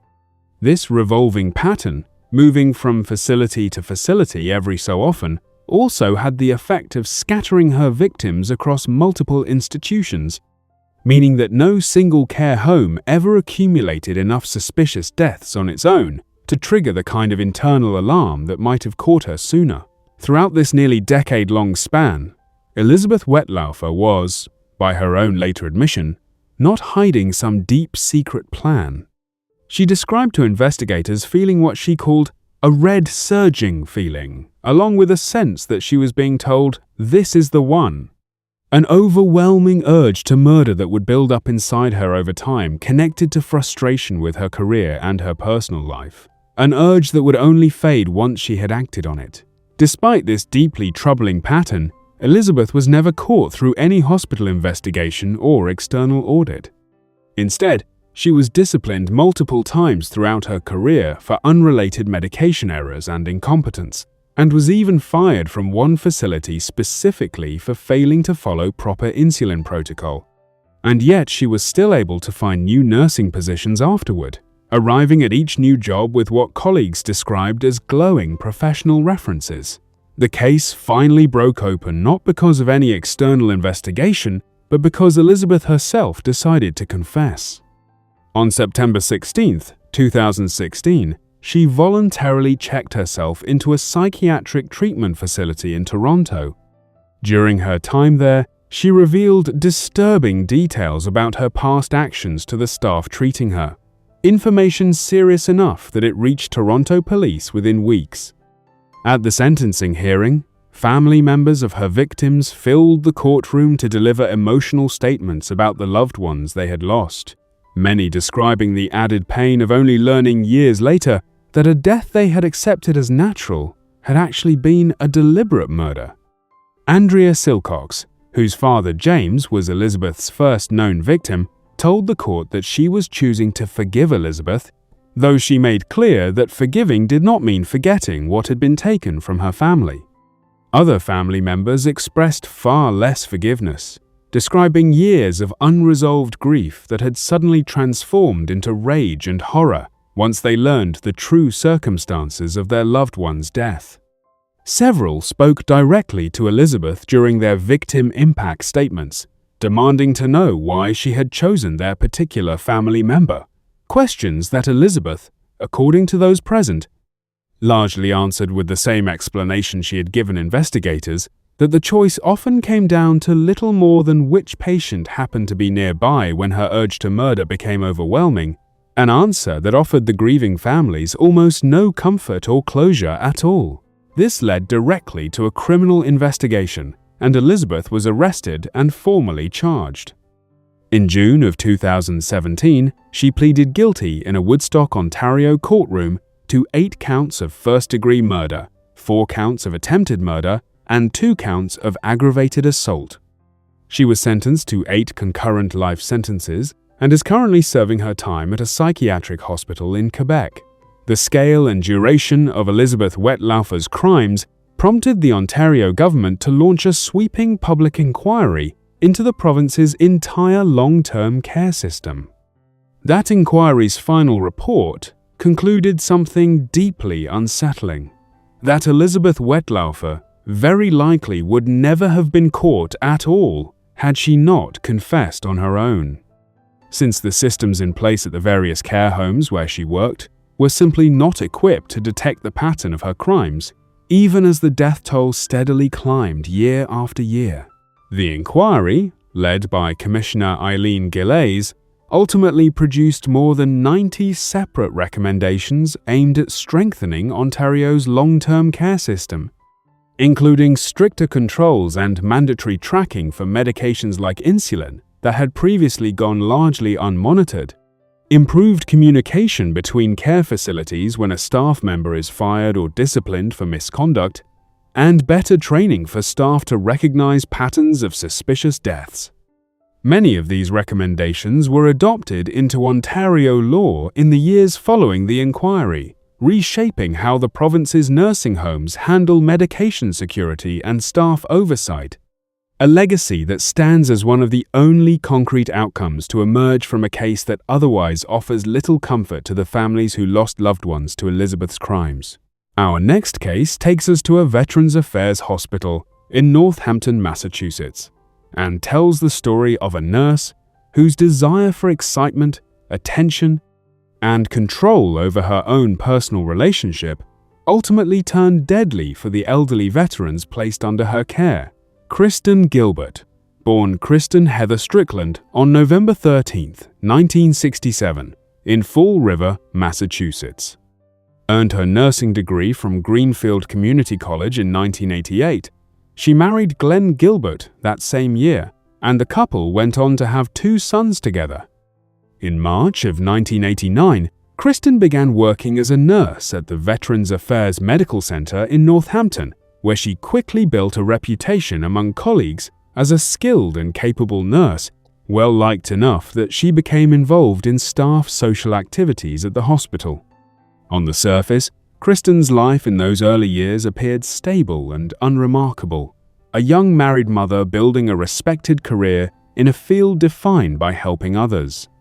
She was active in the hospital's Sunshine Fund, a staff social committee that organized celebrations and support for co-workers, the kind of small, ordinary involvement that made her seem, to nearly everyone around her, like exactly the sort of dedicated nurse any hospital would be fortunate to employ. Behind the scenes, however, Kristen's marriage to Glenn Gilbert had begun to deteriorate significantly by the mid-1990s, a breakdown that coincided almost exactly with the period when the cluster of suspicious deaths on Ward C began to accelerate. It was during this same period of personal turmoil that Kristen grew close to James Perot, the hospital security officer whose attention and admiration, prosecutors argued, she was actively working to earn through her manufactured medical emergencies. Colleagues later recalled a noticeable shift in Kristen's demeanor during this time, describing someone who seemed to thrive on the drama and urgency surrounding each new crisis on the ward, even as her personal life outside the hospital appeared to be unraveling. Kristen worked on Ward C, a unit that treated many elderly veterans, some in fragile health. Over the course of her 7 years at the hospital, colleagues gradually began to notice something deeply unsettling. An unusually high number of the ward's patients seemed to suffer sudden, unexpected cardiac arrests, specifically during Kristen's shifts, and Kristen always seemed to be the one who discovered these patients in crisis, often stepping in to dramatically and skillfully perform emergency resuscitation efforts. Investigators would later determine that roughly half of all the deaths that occurred on Ward C during Kristen's time there took place during her specific shifts, a statistic that, when experts later calculated the odds of this happening purely by chance, came out to roughly 1 in 100 million. Among her confirmed victims were Stanley Jagodowski, a 66-year-old veteran, along with several other men who had served their country only to lose their lives decades later at the hands of the very nurse assigned to care for them during their final vulnerable years. Their families, many of whom had visited Ward C regularly and had come to know and trust Kristen personally over months or years, later described the devastating realization that a nurse they had thanked repeatedly for her dedication and skill had in fact been the one responsible for their loved one's death. What was actually happening, prosecutors would eventually prove, was that Kristen was secretly injecting patients' intravenous lines with lethal overdoses of epinephrine, a synthetic form of adrenaline that hospitals keep on hand to help resuscitate patients experiencing cardiac arrest or severe allergic reactions. In small, carefully controlled medical doses, epinephrine can save a life. In the massive overdoses Kristen was administering, the drug instead caused patients' hearts to race wildly out of control before crashing entirely, triggering the very medical emergency she would then rush in to dramatically respond to, sometimes successfully reviving the patient, and sometimes not. Colleagues who worked alongside Kristen later described her as someone who genuinely seemed to thrive on the excitement and adrenaline of medical emergencies, someone who reveled in what they called the thrill of a coding patient and the chance to demonstrate her medical skill under pressure. Investigators also uncovered a more personal motive layered on top of this thrill-seeking behavior.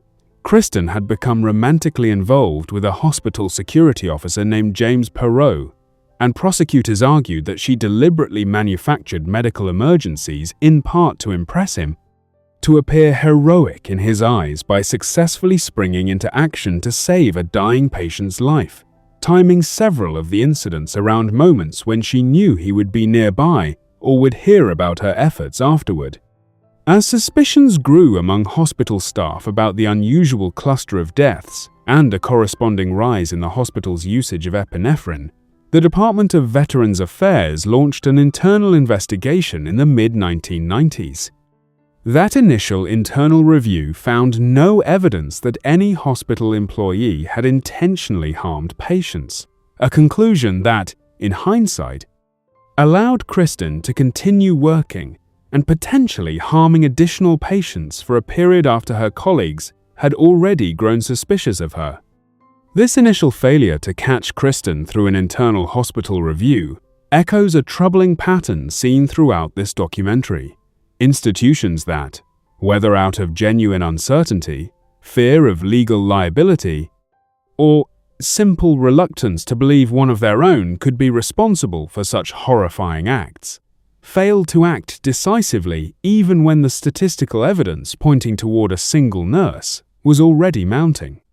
It would take a far more thorough, dedicated criminal investigation, rather than an internal hospital review, to finally build the case that led to Kristen's arrest. However, a separate, far more thorough criminal investigation eventually got underway, ultimately leading to Kristen's arrest. As the investigation intensified and closed in around her, Kristen's behavior grew increasingly erratic and threatening. She made a series of anonymous, harassing phone calls to the hospital, timed for moments when she knew Perot would be the one answering. On one occasion, after Perot refused one of her requests, she followed him and vandalized his car while he was actively being interviewed by investigators as part of the case against her. Investigators eventually exhumed the bodies of several of Kristen's deceased patients and found clear evidence of epinephrine in their systems, drug levels far beyond what any legitimate medical treatment would ever require. They also discovered that 85 individual doses of epinephrine had gone completely unaccounted for at the Veterans Affairs Medical Center during the period Kristen worked there. In May of 1999, Kristen Gilbert was formally arrested and charged with murder. Her trial became a significant national case, in part because federal prosecutors pursued the death penalty against her, which would have made Kristen the only woman on federal death row in the entire United States at that time. During the proceedings, prosecutors presented a chilling picture of a calculated killer, describing how Kristen had once even removed a patient's breathing tube to trigger a medical crisis, and detailing a pattern of increasingly reckless and dangerous behavior in the months surrounding her various crimes. The defense argued that the case against her rested entirely on circumstantial evidence, and attempted to reframe her frequent presence at patients' cardiac emergencies as simply proof of her skill and dedication as a nurse, rather than evidence of guilt. Kristen herself never took the stand in her own defense. The jury's deliberations over whether to sentence Kristen to death took several days, reflecting the genuine difficulty many jurors described afterward in deciding the fate of a mother of 2 young sons, even one convicted of murdering 4 patients in her care. Family members of Kristen's victims expressed a range of reactions to the ultimate sentence, with some expressing relief that a trial and possible decades of appeals tied to a death sentence had been avoided, and others expressing frustration that she would still, in their view, escape the ultimate consequence for her crimes. In 2001, a federal jury convicted Kristen Gilbert of 4 counts of first-degree murder and 2 counts of attempted murder. Rather than sentencing her to death, the jury opted to sentence her to life in prison without the possibility of parole, sparing her life despite the prosecution's argument that she deserved to die for what one prosecutor called the cold and calculating way she murdered her victims. Kristen Gilbert remains in federal prison today, where investigators and family members of her victims continue to believe her true number of victims may have been higher than the 4 murders she was ultimately convicted for, given just how many suspicious deaths occurred during her years working on Ward C.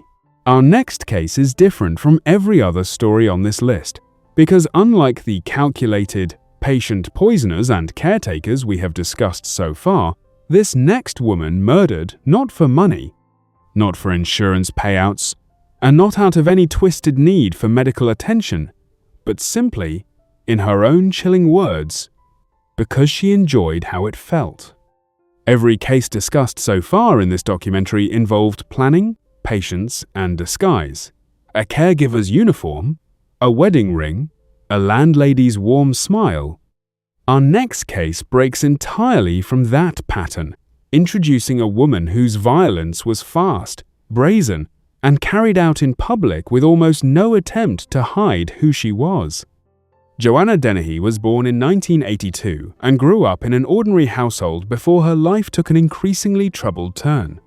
After a relationship with the father of her 2 children ended, Dennehy moved to Peterborough, England, where those who knew her have said she began funding a growing drug addiction partly through sex work. In February of 2012, when Dennehy was 29 years old, she was arrested for theft and subsequently admitted to a hospital for psychiatric evaluation. During that stay, doctors diagnosed her with an antisocial personality disorder along with obsessive-compulsive disorder. After her release, Dennehy found a bedsit to live in through a small local letting agency called Quicklett, run by a man named Kevin Lee, who took a liking to Dennehy and gave her informal work helping with odd jobs and evicting difficult tenants, a role that gave her access to a number of properties around the city. By the time her murder spree began, Dennehy had already left her 2 young daughters in the care of their father, a decision that friends and family later said marked a clear turning point in her downward spiral, freeing her from any remaining responsibilities that might have anchored her to a more stable life. Those who had known her years earlier, before her addiction and psychiatric struggles took hold, described a very different person. Someone who did not show any obvious signs of the violence that would eventually define her, a transformation that psychiatrists who later evaluated her struggled to fully explain even after extensive assessment. In March of 2013, roughly a year after her psychiatric diagnosis, Joanna Dennehy's murderous spree began. Her first victim was a 31-year-old Polish warehouse worker named Łukasz Slaboszewski, who she had met in Peterborough's town centre only days earlier. Believing he had found himself an English girlfriend, Łukasz eagerly told friends about the new relationship. On March 19th, Dennehy sent him a text message inviting him to a property in the Welland area of Peterborough.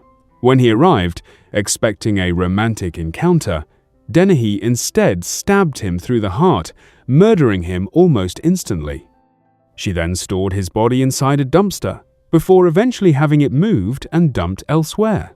10 days later, on March 29th, Dennehy murdered again, this time targeting one of her own housemates, a 56-year-old former Navy man named John Chapman, using the exact same method, a single fatal stab to the heart. After murdering Chapman, Dennehy reportedly called her accomplice, a man named Gary Richards, known by the nickname Stretch, casually telling him, "Oops, I've done it again," as though describing a minor inconvenience rather than a murder. Richards, along with another associate named Leslie Layton, arrived to help Dennehy dispose of Chapman's body. That same day, Dennehy murdered her third and final victim, 48-year-old Kevin Lee, the very landlord and employer who had taken her in and given her work, and with whom she had also been having an affair. Before murdering him, in a disturbing display of humiliation, Dennehy convinced Lee to put on a black dress. She then stabbed him to death as well, and his body, like the others, was disposed of in a ditch outside the city, arranged in a deliberately degrading position meant to shock and humiliate whoever eventually found him. On March 30th, 2013, a member of the public discovered Kevin Lee's body in a ditch near the town of Newborough. As his family had already reported him missing, police quickly connected the discovery to their ongoing search, and Joanna Dennehy became a person of interest. But by the time officers went looking for her, Dennehy had already fled with Gary Richards. On April 2nd, the pair turned up in Hereford, a city nowhere near Peterborough, attempting to sell stolen goods to an old friend named Mark Lloyd. As Lloyd drove the group around in his car, Dennehy asked him to stop on 2 separate occasions. Each time, she got out of the vehicle, approached a complete stranger walking by, and stabbed them without warning, before calmly returning to the car and laughing. Both of these men, John Rogers and Robin Bereza, survived their severe stab wounds, and both were later able to identify Dennehy in court because of a distinctive star tattoo visible on her face. That very same day, the 2 remaining bodies, those of Łukasz Slabaszewski and John Chapman, were discovered in ditches in the nearby town of Thorney, finally confirming to police that they were dealing with a serial murderer rather than a single isolated murder. Joanna Dennehy was arrested on April 2nd, 2013, just days after her murder spree began. Ahead of sentencing, psychiatrists evaluated Dennehy extensively, ultimately concluding that while she displayed clear signs of a severe personality disorder, she did not meet the legal threshold for a diminished responsibility defense, meaning the court found she had been fully aware of her actions and capable of understanding right from wrong at the time of each murder. This distinction mattered enormously for her sentencing, since a successful diminished responsibility finding might have resulted in a placement at a secure psychiatric hospital similar to where Beverly Allett has spent her sentence, rather than the whole life order in an ordinary prison that Dennehy ultimately received. The distinction between Dennehy's outcome and Beverly Allett's illustrates one final important pattern worth noting across this documentary: the way psychiatric findings can significantly shape where and how a convicted murderer ultimately serves their sentence, even when the underlying crimes themselves share disturbing similarities in scale and cruelty. Legal experts have pointed to this divergence as an example of just how much weight a court places on the specific findings of psychiatric evaluation, findings that can mean the difference between decades spent in a secure hospital focused, at least nominally, on treatment, and decades spent in an ordinary prison with no such focus at all. For the families of Dennehy's victims, this distinction mattered far less than the simple fact that she would never again walk free. A certainty that offered at least some measure of closure, even as it did nothing to answer the deeper, unresolved question of why an ordinary woman with no obvious history of violence chose, on one ordinary evening in March, to pick up a knife and never put it down again. When later interviewed by a psychiatrist, Dennehy offered a disturbing and almost casual explanation for her crimes, telling the psychiatrist that she found murder to be, in her own word, Moorish, explaining that after her first murder, she developed what she described as a taste for it. She reportedly told Richards during the height of her spree that she wanted her fun, and that her actual goal had been to murder as many as 9 men total, modeling herself and Richards after the outlaw couple Bonnie and Clyde. While Dennehy herself pleaded guilty and avoided a full trial for her own murders, her 2 accomplices, Gary Richards and Leslie Layton, denied any wrongdoing and stood trial separately, charged with helping to cover up the killings and dispose of the victims' bodies. Both men were ultimately convicted of assisting an offender, receiving lengthy prison sentences of their own for the role they played in helping Dennehy transport and dump the bodies of her victims, even though neither man was accused of participating in the actual killings themselves. In November of 2013, Joanna Dennehy pleaded guilty to all 3 murders, as well as to preventing the lawful burial of her victims and to 2 counts of attempted murder for the Hereford stabbings.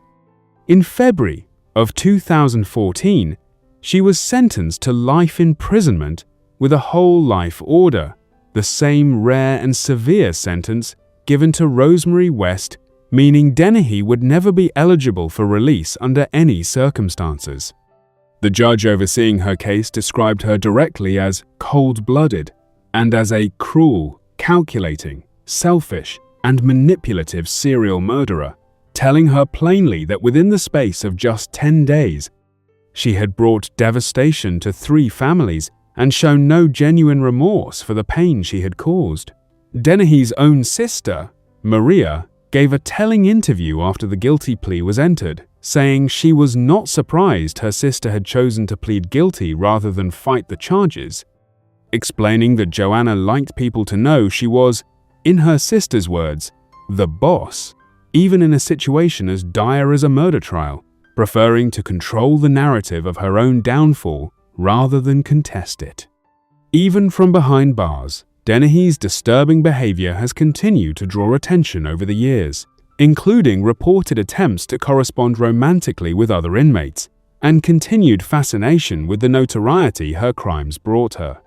As of today, Joanna Dennehy remains imprisoned at HM Prison Bronzefield in England, a stark example of a murderer whose motive was never about money, revenge, or attention from the medical world, but something far more simple and, to most people, far more difficult to understand: the sheer, twisted thrill of Our final case is, in many ways, the most well-known name on this entire list, a woman whose life and crimes have been the subject of documentaries, books, and an Oscar-winning film. This is the story of Aileen Wuornos, a woman whose horrifically difficult childhood and desperate adult life eventually erupted into a string of murders along the highways of Central Florida. Where most of the women in this documentary carefully built and maintained a disguise, a role that let them get close to their victims without suspicion, our final case tells the story of a woman whose entire life before her crimes was one of visible desperation, a life so marked by trauma and survival that even now, decades later, experts still debate exactly where her victimhood ended and her violence began. Aileen Carol Pittman was born on February 29, 1956, in Rochester, Michigan. Her childhood was almost unimaginably difficult from its very beginning.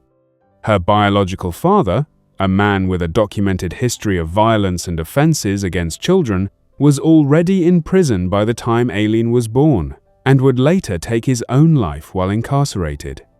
Her teenage mother abandoned Aileen and her older brother when Aileen was only a few years old, leaving them to be raised by their grandparents, who legally adopted them as their own children.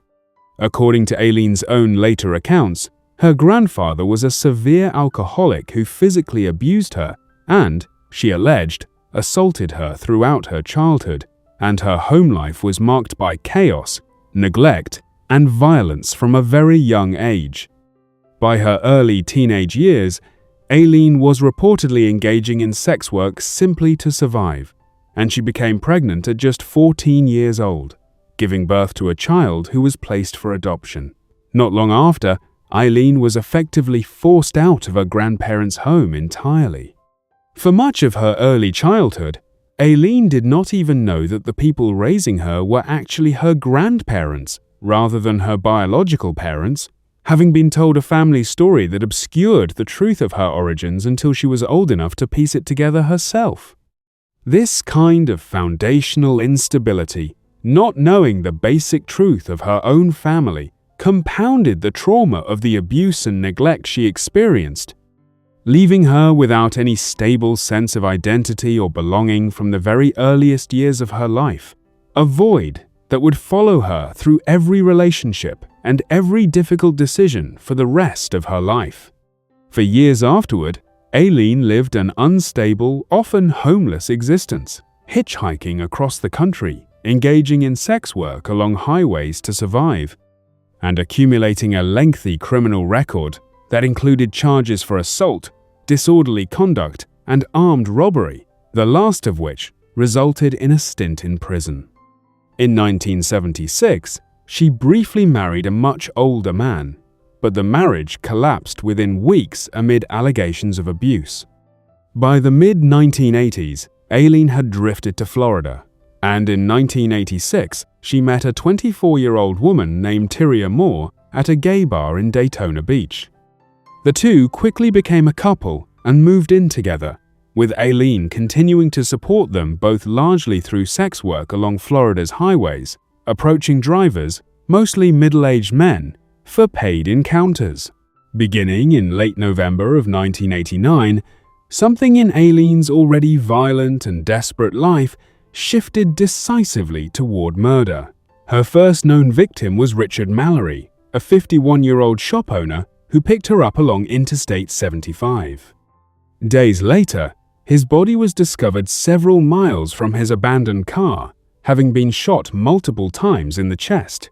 Eileen would later claim that Mallory had violently assaulted her during their encounter and that she shot him in self-defense, a claim that, notably, would later be at least partially supported by evidence that Mallory did in fact have a prior criminal record involving a serious assault conviction from years earlier, evidence that, disturbingly, was never presented to the jury during Eileen's original trial. Over the following year, between late 1989 and November of 1990, 6 more men would be found dead along central Florida and southern Georgia highways, all middle-aged, all shot multiple times, and all robbed of their vehicles and belongings after their deaths.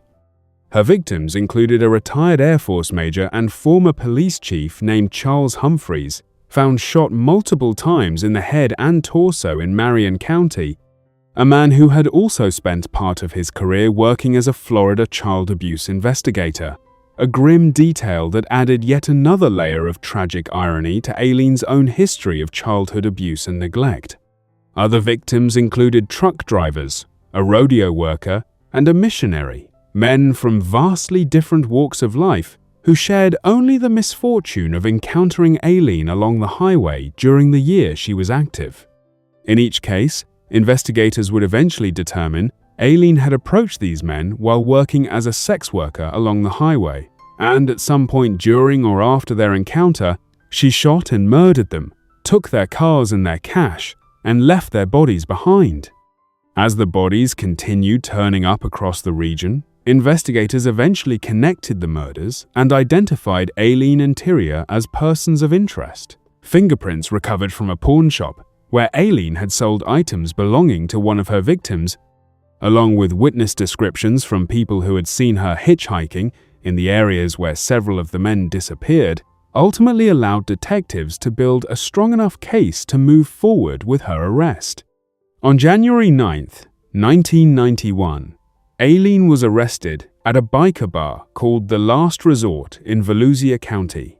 Facing the possibility that her longtime partner would also be implicated in the murders, Tyria Moore agreed to cooperate with investigators, ultimately helping to elicit a confession from Eileen and later testifying against her at trial. Investigators arranged for Tyria to speak with Eileen over a recorded phone line while Eileen was already in custody, encouraging her to ask leading questions that might prompt a confession.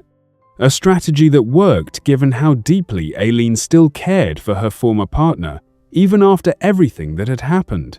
On that call, Aileen, apparently believing she was protecting Tyria from any suspicion of involvement in the murders, began admitting to details of the killings, evidence that would later become central to the prosecution's case against her. Tyria herself was never charged with any crime connected to the murders, and she has largely stayed out of the public eye in the decades since, having received full immunity from prosecutors in exchange for her cooperation and testimony. Aileen initially maintained that every single act had been done in self-defense, insisting that each of the 7 men she confessed to murdering had either assaulted her or attempted to assault her during their encounter. As her case moved through the legal system, however, she eventually abandoned this defense, at one point telling the court she had committed the murders for money, and out of what she described as a growing hatred toward men, a shift in her account that legal experts and psychologists have debated ever since, questioning whether her later statements reflected the full truth, a deteriorating mental state after years on death row, or simply exhaustion with fighting a legal system she felt had already decided her fate. Feminist scholars and advocates for sex workers have continued to revisit Aileen's case in the years since her execution, arguing that her trial failed to adequately account for the documented pattern of violence sex workers face from clients, and that her defense team lacked the resources to properly investigate and present the criminal histories of several of her victims, information that might have offered the jury a fuller picture of what actually happened during at least some of her encounters. These arguments remain contested, and prosecutors have maintained that regardless of any individual victim's own history, the pattern of robbery and murder across 7 separate encounters went well beyond what any reasonable claim of self-defense could explain. In January of 1992, Aileen Wuornos was convicted of first-degree murder in the death of Richard Mallory and sentenced to death. Over the following months, she would be convicted and sentenced to death 5 additional times for the other murders, ultimately receiving 6 death sentences in total, since the body of a 7th alleged victim was never recovered and she was never formally tried for that particular murder. Her case drew intense media attention throughout the 1990s, in part because a serial murderer who was also a woman remained, at the time, an almost unheard of phenomenon in American criminal history, and in part because of the deeply troubling questions her case raised about the line between self-defense and premeditated murder, particularly for a woman whose entire adult life had been shaped by violence and exploitation at the hands of men. In 2003, Aileen's story reached an even wider audience through the film Monster, in which actress Charlize Theron portrayed her, a performance that earned Theron an Academy Award and brought Aileen's difficult life story to millions of people who had never before heard her name. The film, along with several documentaries made both before and after Aileen's execution, presented her story with far more nuance and sympathy than the tabloid coverage of the 1990s ever had, exploring in detail the abuse and trauma of her early life alongside the violence of her crimes, without excusing what she had done. Aileen Wuornos spent a decade on Florida's death row. In her final years, her mental state appeared to deteriorate significantly, with her later interviews and court statements growing increasingly erratic, including claims of conspiracies against her and expressions of a wish to simply have her execution carried out rather than continue fighting her case through further appeals. In one of her final television interviews, conducted just days before her execution, Aileen appeared agitated and disoriented, at times speaking directly to the camera about sound waves and government interference. Statements that led several psychiatric experts and death penalty opponents to argue publicly that she was not mentally competent enough to be executed. Despite these concerns, court-appointed psychiatrists concluded that she understood. That brings us to the end of these 11 stories. 11 very different women, from 11 very different corners of the world, each one responsible for taking multiple lives, and each one using a different method to do it. Some, like Dorothea Puente, Nanny Dos, and Judy Buenoano, murdered quietly and patiently, using poison and trust built up over months or years, always circling back to the same motive: money. Others, like Janine Jones, Beverly Allett, Elizabeth Wettlaufer, and Kristen Gilbert, wore the uniform of a caregiver, a nurse whose entire job was to protect the sick and the elderly, and used that very trust as a weapon against the most vulnerable people in their care. Rosemary West and Carla Homolka each murdered alongside a male partner, raising difficult and still debated questions about how much of what they did was driven by their own desires and how much was shaped by manipulation and coercion from the men beside them. And Joanna Dennehy and Aileen Wuornos stand apart from the rest, women whose violence erupted more suddenly, driven by anger, thrill, trauma, or some combination that experts still argue about today. Several of these women also shared strikingly similar childhoods marked by abuse, neglect, abandonment, or extreme instability long before they ever committed their first murder. Rosemary West, Aileen Wuornos, Joanna Dennehy, and Judy Buenoano all grew up in homes defined by violence or chaos, raising uncomfortable but important questions about the relationship between early trauma and the capacity for extreme violence later in life. This is never offered as an excuse, since millions of people endure difficult childhoods without ever harming another person, but it remains a pattern worth understanding. Since recognizing it may help identify and support at-risk children long before their own pain has the chance to turn outward toward others. Thank you for taking the time to learn these 11 stories. Behind every single one of these cases were real victims, real families, and real communities left shattered by the trust that was broken. Remembering their names and understanding exactly how these crimes were allowed to continue for as long as they did remains one of the most important tools we have for making sure something like this becomes just a little bit harder to hide the next time.